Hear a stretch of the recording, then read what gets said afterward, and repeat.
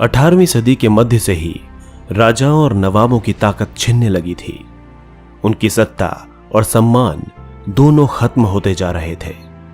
बहुत सारे दरबारों में रेजिडेंट तैनात किए गए थे। स्थानीय शासकों की स्वतंत्रता घटती जा रही थी। उनकी सेनाओं को भंग किया गया था। उनके राजस्व वसूली के अधिकार व इलाके एक एक करके छीने जा रहे थे। बहुत सारे स्थानीय शासकों ने अपने हितों की रक्षा के लिए कंपनी के साथ बातचीत भी की। उदाहरण के लिए झांसी की रानी लक्ष्मीबाई चाहती थीं कि कंपनी उनके पति की मृत्यु के बाद उनके गोद लिए हुए बेटे को राजा मान ले। पेशवा बाजीराव द्वितीय के दत्तक पुत्र नाना साहब ने भी कंपनी से आग्रह किया कि उनके पिता को जो पेंशन मिलती थी वो मृत्यु के बाद उन्हें मिलने लगे। अपनी श्रेष्ठता और सैनिक ताकत के नशे में चूर कंपनी ने इन निवेदनों को ठुकरा दिया। अवध की रियासत अंग्रेजों के कब्जे में जाने वाली आखिरी रियासतों में से एक थी। 1801 में अवध पर एक सहायक संधि थोपी गई और 1856 में अंग्रेजों ने उसे अपने कब्जे में ले लिया। गवर्नर जनरल डलहौजी ने ऐलान कर दिया कि रियासत का शासन ठीक से नहीं चलाया जा रहा है, इसलिए शासन को दुरुस्त करने के लिए ब्रिटिश प्रभुत्व जरूरी है। यानी अंग्रेज सभी रियासतों पर अपना कब्जा चाहते थे। कंपनी ने मुगलों के शासन को खत्म करने की भी पूरी योजना बना ली थी। अब कंपनी द्वारा जारी किए गए सिक्कों पर से मुगल बादशाह का नाम हटा लिया गया था। 1849 में गवर्नर जनरल डलहौजी ने ऐलान किया कि बहादुर शाह जफर की मृत्यु के बाद बादशाह के परिवार को लाल किले से निकालकर उसे दिल्ली में कहीं और बसाया जाएगा। 1856 में गवर्नर जनरल कैनिंग ने फैसला किया कि बहादुर शाह जफर आखिरी मुगल बादशाह होंगे। उनकी मृत्यु के बाद उनके किसी भी वंशज को बादशाह नहीं माना जाएगा, उन्हें केवल राजकुमारों के रूप में मान्यता दी जाएगी। और इस तरह अंग्रेजों ने एक एक कर रियासतों और साम्राज्यों का अंत किया और अपना स्वामित्व पूरे भारत में स्थापित कर लिया। किसान और सिपाही। गांव में किसान और जमींदार भारी भरकम लगान और वसूली के सख्त तौर तरीकों से परेशान थे। बहुत सारे लोग महाजनों से लिया कर्ज नहीं लौटा पा रहे थे। इसके कारण उनकी पीढ़ियों पुरानी जमीनें हाथ से निकलती जा रही थीं। कंपनी के तहत काम करने वाले भारतीय सिपाहियों के असंतोष की अपनी वजह थी। वे अपने वेतन, भत्तों और सेवा शर्तों के कारण परेशान थे। कई नए नियम उनकी धार्मिक भावनाओं और आस्थाओं को ठेस पहुंचाते थे। आपको जानकर हैरानी होगी कि उस समय बहुत सारे लोग समुद्र पार नहीं जाना चाहते थे। उन्हें लगता था कि समुद्र यात्रा से उनका धर्म और जाति भ्रष्ट हो जाएंगे। जब 1824 में सिपाहियों को कंपनी की ओर से लड़ने के लिए समुद्र के रास्ते बर्मा जाने का आदेश मिला तो उन्होंने इस हुक्म को मानने से इनकार कर दिया। हालांकि उन्हें जमीन के रास्ते से जाने से ऐतराज नहीं था। सरकार का हुक्म न मानने के कारण उन्हें सख्त सजा दी गई। क्योंकि यह मुद्दा अभी खत्म नहीं हुआ था, इसलिए 1856 में कंपनी को एक नया कानून बनाना पड़ा। इस कानून में साफ कहा गया था कि अगर कोई व्यक्ति कंपनी की सेना में नौकरी करेगा तो जरूरत पड़ने पर उसे समुद्र पार भी जाना पड़ सकता है। इसके अलावा सिपाही गांव के हालात से भी परेशान थे। बहुत सारे सिपाही खुद भी किसान थे। वे अपने परिवार गांव में छोड़कर आए थे, लिहाजा किसानों का गुस्सा जल्दी ही सिपाहियों में भी फैल गया। सुधारों पर प्रतिक्रिया। अंग्रेजों को लगता था कि भारतीय समाज को सुधारना जरूरी है। सती प्रथा को रोकने और विधवा विवाह को बढ़ावा देने के लिए कानून बनाए गए। अंग्रेजी भाषा की शिक्षा को जमकर प्रोत्साहन दिया गया। 1830 के बाद कंपनी ने ईसाई मिशनरियों को खुलकर काम करने और यहां तक कि जमीन व संपत्ति जुटाने की भी आजादी दे दी थी। साल 1850 में एक नया कानून बनाया गया जिससे ईसाई धर्म को अपनाना और आसान हो गया। इस कानून में प्रावधान किया गया था कि अगर कोई भारतीय व्यक्ति ईसाई धर्म अपनाता है तो पुरखों की संपत्ति पर उसका अधिकार पहले जैसा ही रहेगा। अंग्रेजों की इन नीतियों से बहुत सारे भारतीयों को यकीन हो गया था कि अंग्रेज उनका धर्म और उनकी सामाजिक रीति रिवाज और परंपरागत जीवन शैली को नष्ट कर रहे हैं। सैनिक विद्रोह बना जन विद्रोह। हालांकि शासक और प्रजा के बीच संघर्ष कोई नई बात नहीं है, लेकिन कभी कभी ये संघर्ष इतने फैल जाते हैं कि राज्य की सत्ता छिन्न भिन्न हो जाती है।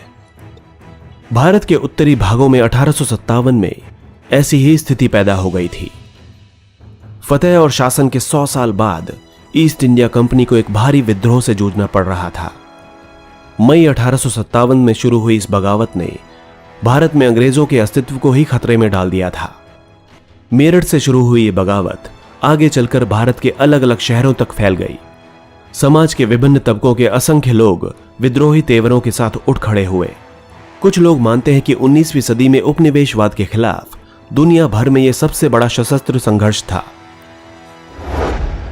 मेरठ से दिल्ली तक 29 मार्च 1857 को युवा सिपाही मंगल पांडे को बैरकपुर में अपने अफसरों पर हमला करने के आरोप में फांसी पर लटका दिया गया। चंद दिनों बाद मेरठ में तैनात कुछ सिपाहियों ने नए कारतूसों के साथ फौजी अभ्यास करने से इनकार कर दिया। सिपाहियों को लगता था कि उन कारतूसों पर गाय और सूअर की चर्बी का लेप चढ़ाया गया था। इसके चलते 85 सिपाहियों को नौकरी से निकाल दिया गया। उन्हें अपने अफसरों का हुक्म न मानने के आरोप में 10-10 साल की सजा भी सुना दी गई। यह 9 मई 1857 की बात है। मेरठ में तैनात दूसरे भारतीय सिपाहियों की प्रतिक्रिया बहुत जबरदस्त रही। 10 मई को सिपाहियों ने मेरठ की जेल पर धावा बोलकर वहां बंद सिपाहियों को आजाद करा लिया। उन्होंने अंग्रेज अफसरों पर हमला करके उन्हें मार गिराया। इसके अलावा उन्होंने बंदूक और हथियार भी अपने कब्जे में ले लिए और अंग्रेजों की इमारतों व संपत्तियों को आग के हवाले कर दिया। उन्होंने फिरंगियों के खिलाफ युद्ध का ऐलान कर दिया। सिपाही पूरे देश में अंग्रेजों के शासन को खत्म करने पर आमादा हो गए थे, लेकिन सवाल यह था कि अंग्रेजों के जाने के बाद देश का शासन कौन चलाएगा। सिपाहियों ने इसका भी जवाब ढूंढ लिया था। वे मुगल सम्राट बहादुर शाह जफर को फिर से देश की सत्ता सौंपना चाहते थे। मेरठ के कुछ सिपाहियों की एक टोली 10 मई की रात को घोड़ों पर सवार होकर अंधेरे में ही दिल्ली पहुंच गई। जैसे ही उनके आने की खबर फैली, दिल्ली में तैनात टुकड़ियों ने भी बगावत कर दी। यहां भी कई अंग्रेज अफसर मारे गए। देशी सिपाहियों ने हथियार व गोला बारूद अपने कब्जे में ले लिया और इमारतों को आग लगा दी। इसके बाद विजयी सिपाही लाल किले की दीवारों के आसपास जमा हो गए। वे बादशाह से मिलना चाहते थे। बादशाह अंग्रेजों की भारी ताकत से दो हाथ करने के लिए तैयार नहीं थे, लेकिन सिपाही भी अड़े रहे।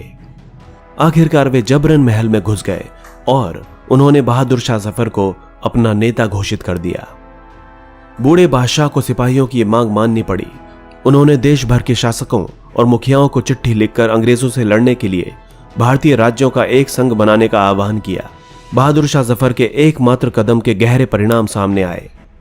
अंग्रेजों से पहले देश के एक बहुत बड़े हिस्से पर मुगल साम्राज्य का ही शासन था। ज्यादातर शासक और रजवाड़े मुगल बादशाह के नाम पर ही अपने इलाकों का शासन चलाते थे। अंग्रेजी शासन के विस्तार से भयभीत ऐसे बहुत सारे शासकों को लगता था कि अगर मुगल बादशाह दोबारा शासन स्थापित कर लें तो वे मुगल आधिपत्य में दोबारा अपने इलाकों का शासन बेफिक्र होकर चला पाएंगे। उधर अंग्रेजों को इन घटनाओं की उम्मीद नहीं थी। उन्हें लगता था कि कारतूसों के मुद्दे पर पैदा हुई उथल पुथल कुछ समय में ही शांत हो जाएगी, लेकिन जब बहादुर शाह जफर ने बगावत को अपना समर्थन दे दिया तो स्थिति रातों रात बदल गई। अक्सर ऐसा होता है कि जब लोगों को उम्मीद की नई किरण दिखने लगती है तो उनका उत्साह और साहस बढ़ जाता है। इससे उन्हें आगे बढ़ने की हिम्मत, उम्मीद और आत्मविश्वास मिलता है। बगावत फैलने लगी। जब दिल्ली से अंग्रेजों के पैर उखड़ गए तो लगभग एक हफ्ते तक कहीं और विद्रोह नहीं हुआ। जाहिर है कि खबर फैलने में भी कुछ समय तो लगना ही था, लेकिन इसके बाद तो विद्रोह का सिलसिला ही शुरू हो गया। एक के बाद एक हर रेजिमेंट में सिपाहियों ने विद्रोह कर दिया और वे दिल्ली, कानपुर, लखनऊ जैसे मुख्य बिंदुओं पर दूसरी टुकड़ियों का साथ देने निकल पड़े। उनकी देखा देखी कस्बों और गांवों के लोग भी बगावत के रास्ते पर चलने लगे। वे स्थानीय नेताओं, जमींदारों और मुखियाओं के पीछे संगठित हो गए। ये लोग अपनी सत्ता स्थापित करने और अंग्रेजों से लोहा लेने के लिए तैयार थे। स्वर्गीय पेशवा बाजीराव के दत्तक पुत्र नाना साहब कानपुर के पास रहते थे। उन्होंने सेना को संगठित किया और अंग्रेजों को शहर से खदेड़ दिया। उन्होंने खुद को पेशवा घोषित कर दिया और ऐलान किया कि वे बादशाह बहादुर शाह जफर के तहत गवर्नर हैं। लखनऊ की गद्दी से हटा दिए गए नवाब वाजिद अली शाह के बेटे बिरजिस कद्र को नया नवाब घोषित कर दिया गया। बिरजिस कद्र ने भी बहादुर शाह जफर को अपना बादशाह मान लिया। उनकी मां बेगम हजरत महल ने अंग्रेजों के खिलाफ विद्रोह को बढ़ावा देने में बढ़ चढ़कर हिस्सा लिया। झांसी में रानी लक्ष्मीबाई भी अंग्रेजों के खिलाफ विद्रोही सिपाहियों के साथ जा मिली। उन्होंने नाना साहब के सेनापति तात्या टोपे के साथ मिलकर अंग्रेजों को भारी चुनौती दी। मध्य प्रदेश के मांडला क्षेत्र में राजगढ़ की रानी अवंतीबाई लोधी ने 4000 सैनिकों की फौज तैयार की और अंग्रेजों के खिलाफ उसका नेतृत्व किया, क्योंकि ब्रिटिश शासन ने उनके राज्य के प्रशासन पर भी नियंत्रण कर लिया था। विद्रोही टुकड़ियों के सामने अंग्रेजों की संख्या बहुत कम थी। बहुत सारे मोर्चों पर उनकी जबरदस्त हार हुई। इससे लोगों को यकीन हो गया कि अब अंग्रेजों का शासन खत्म हो चुका है। अब लोगों को विद्रोह में कूद पड़ने का गहरा आत्मविश्वास मिल गया था। खास तौर से अवध के इलाके में चौतरफा बगावत की स्थिति थी। 6 अगस्त 1857 को लेफ्टिनेंट कर्नल टाइटलर ने अपने कमांडर इन चीफ को टेलीग्राम भेजा, जिसमें उसने अंग्रेजों के भय को व्यक्त किया था। हमारे लोग विद्रोहियों की संख्या और लगातार लड़ाइयों से थक गए हैं। एक एक गांव हमारे खिलाफ है। जमींदार भी हमारे खिलाफ हो चुके हैं। इस दौरान बहुत सारे महत्वपूर्ण नेता सामने आए। उदाहरण के लिए फैजाबाद के मौलवी अहमदुल्ला शाह ने भविष्यवाणी कर दी थी कि अंग्रेजों का शासन जल्दी ही खत्म हो जाएगा। वे समझ चुके थे कि जनता क्या चाहती है। इसी आधार पर उन्होंने अपने समर्थकों की एक विशाल संख्या जुटा ली। अपने समर्थकों के साथ वे अंग्रेजों से लड़ने लखनऊ जा पहुंचे।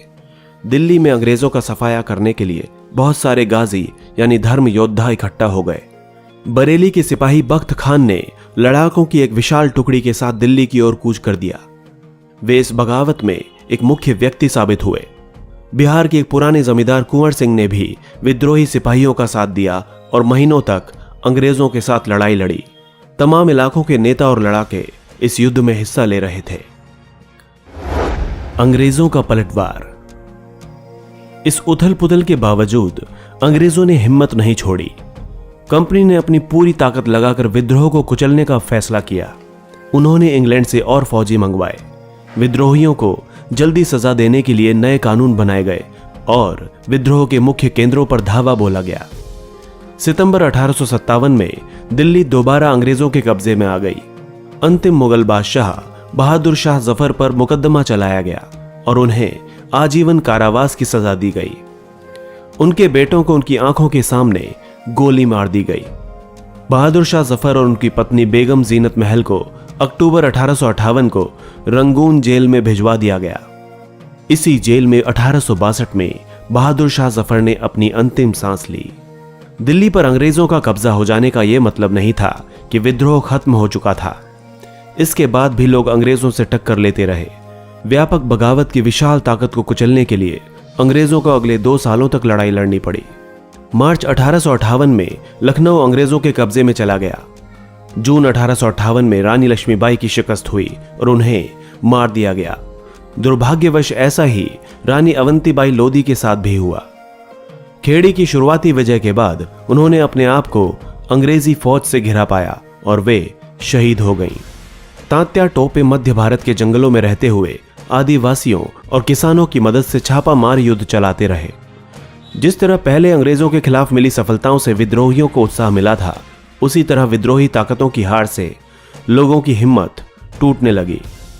बहुत सारे लोगों ने विद्रोहियों का साथ छोड़ दिया। अंग्रेजों ने भी लोगों का विश्वास जीतने के लिए हर संभव प्रयास किए। उन्होंने वफादार भूस्वामियों के लिए इनामों का ऐलान कर दिया। उन्हें आश्वासन दिया गया कि उनकी जमीन पर उनके परंपरागत अधिकार बने रहेंगे। जिन्होंने विद्रोह किया था उनसे कहा गया कि अगर वे अंग्रेजों के सामने समर्पण कर देते हैं और अगर उन्होंने किसी अंग्रेज की हत्या नहीं की है तो वे सुरक्षित रहेंगे और जमीन पर उनके अधिकार और दावेदारी बनी रहेगी। इसके बावजूद सैकड़ों सिपाहियों, विद्रोहियों, नवाबों और राजाओं पर मुकदमे चलाए गए और उन्हें फांसी पर लटका दिया गया। विद्रोह के बाद क्या हुआ? अंग्रेजों ने 1859 के आखिर तक देश पर दोबारा नियंत्रण पा लिया था, लेकिन अब वे पहले वाली नीतियों के सहारे शासन नहीं चला सकते थे। अंग्रेजों ने जो अहम बदलाव किए थे वो इस प्रकार थे।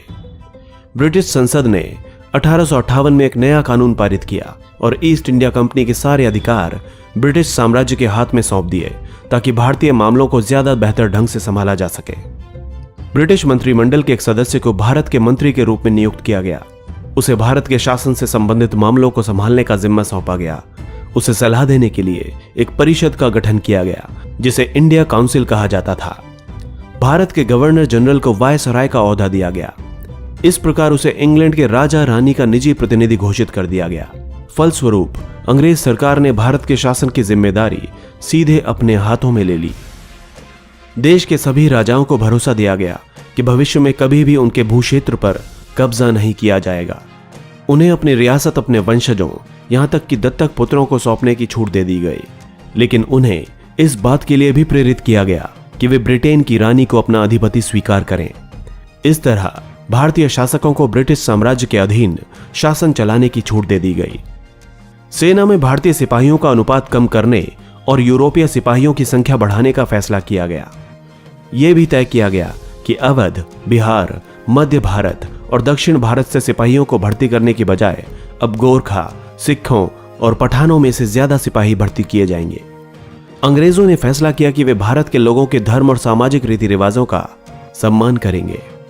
भूस्वामियों और जमींदारों की रक्षा करने तथा जमीन पर उनके अधिकारों को स्थायित्व देने के लिए नई नीतियां बनाई गईं।